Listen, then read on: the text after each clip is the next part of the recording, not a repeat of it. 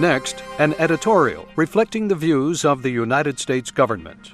U.S. State Department officials testifying before a U.S. congressional committee say Venezuela is not cooperating fully in the fight against terrorism.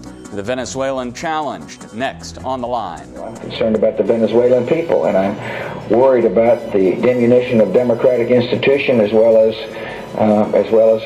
nationalization efforts that may or may not be taken. Chavez is going to fail unless he establishes a dictatorship, and he is headed in that direction. He's headed both in the direction of economic failure and dictatorship. U.S. Secretary of State Rice said that Venezuela is a challenge to democracy in our own hemisphere. And so I'm concerned about undermining of democratic institutions. And we're working hard to help prevent that from happening and strengthening democratic institutions. Is the Hugo Chavez government a threat to democracy in Latin America? And does the U.S. have a strategy for confronting the challenge posed by Venezuela? Since 1998, when Chavez was elected, support for the elected government has been rising very fast. It's now by far the highest in Latin America. He's won several elections, recognized to be free and fair, has won numerous referenda, but he is a dictator, a tin-pot dictator. It's proven by the fact that our dear leader said so.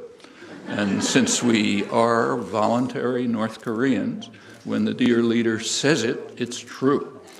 So therefore, he's a dictator, and if you carry out subversion to overthrow him, that's pro-democracy by definition. You have to look hard to find an exception to this, or even a comment on it.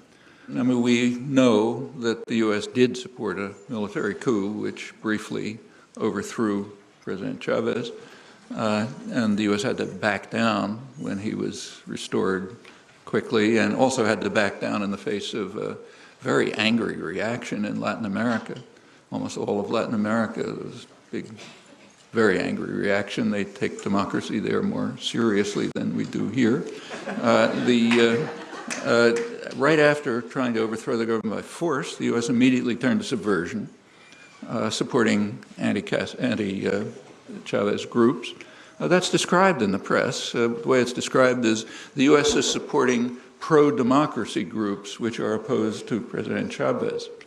We might ask ourselves how we would react if Iran, say, had just supported a military coup that overthrew the government in the United States, and when they had to back off from that, immediately turned to supporting pro-democracy groups in the United States that are opposed to the government. Would we give them ice cream and candy, or what? Well, in dictatorial Venezuela, they let them keep functioning. George Bush uses the word democracy every other sentence when he speaks.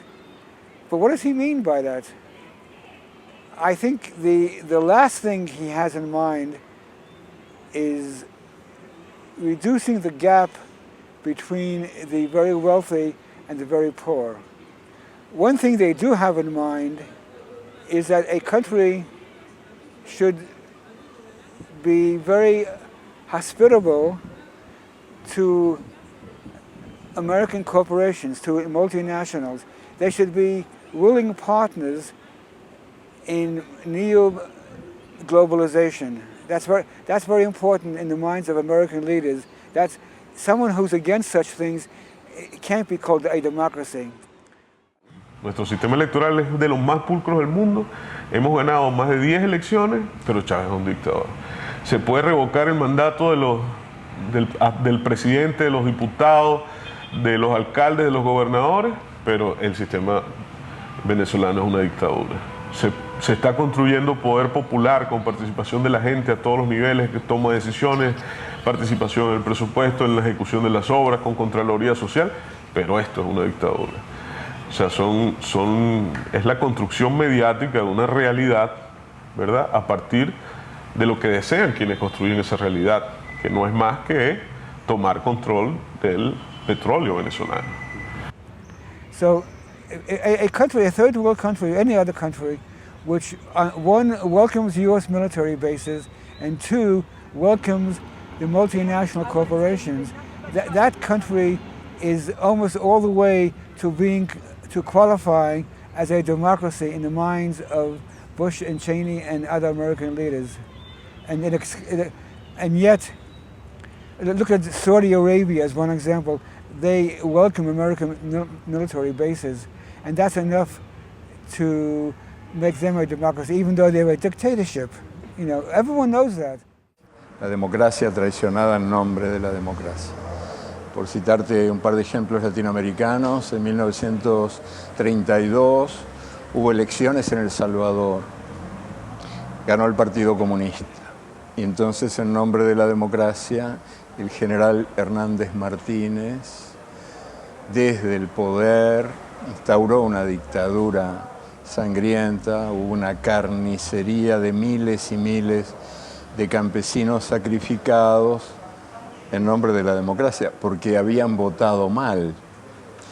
Esto años después también se vio en Chile, cuando Kissinger advirtió que Chile no podía volverse comunista por la irresponsabilidad de su propio pueblo, que había votado mal.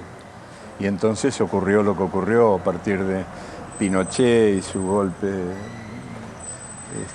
motorizado desde afuera.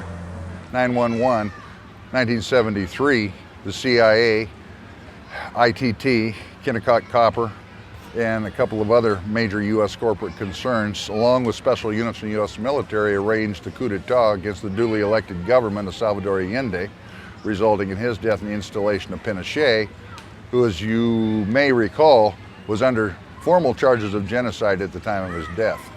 All right? Again, nothing to do with concern for spreading democracy or even sustaining democracy, quite the opposite, eradication of democracy, deterring democracy, as Noam Chomsky put it. Esta idea de que la democracia solo vale en la medida en que se parece a lo que sus dueños deciden que es una idea enemiga de la democracia.